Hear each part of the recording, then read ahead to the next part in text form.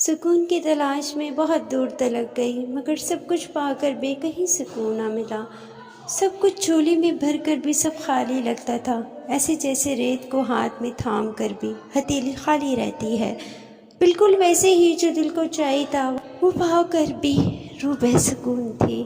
یہاں تک پہنچنے کا سفر بالکل بھی آسان نہیں تھا، ہر قدم پہ ایک نئی ٹھوکر لگی اور ہر سانس پہ ایک نیا درد سہا۔ لوگوں کے پیچھے بھاگتے بھاگتے تھک گئی تو نصیب کے پیچھے دوڑ لگانی شروع کر دی۔ نادانیوں کی آڑ میں نہ جانے خود کو کتنی دفعہ توڑ ڈالا۔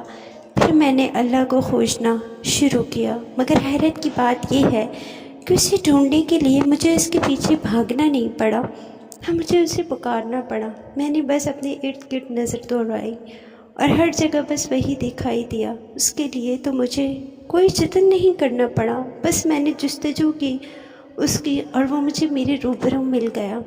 اور جب میں نے اللہ کو پا لیا تب مجھے سمجھ آئی کہ زندگی تو بہت آسان تھی، مشکل تو بس میں نے اسے بنا رکھا تھا۔ ان کو منانے کی چاہ میں جو اللہ سے بھی راضی نہیں ہوتے، تب مجھ پہ میری بے سکونی کی تمام وجوہات کے راز کھول دیے گئے اور میں نے بھاگنا چھوڑ دیا، لوگوں کے پیچھے بھی اور نصیب کے پیچھے بھی۔ جب تک میری امیدیں لوگوں سے وابستہ رہی تب تک میں اذیت میں رہی، مگر جب میں نے انہی امیدوں کو اللہ سے وابستہ کر لیا تو پھر اس نے مجھے نا امید نہیں رہنے دیا۔ اس نے پھر مجھے وہاں سے عطا کیا جہاں سے مجھے عطا کے ذریعے نظر نہیں آتے تھے۔ پھر اس نے مجھ تک اپنی مدد وہاں سے بھیجی جہاں سے میں ہمت ہار کر واپس لوٹ آئی تھی۔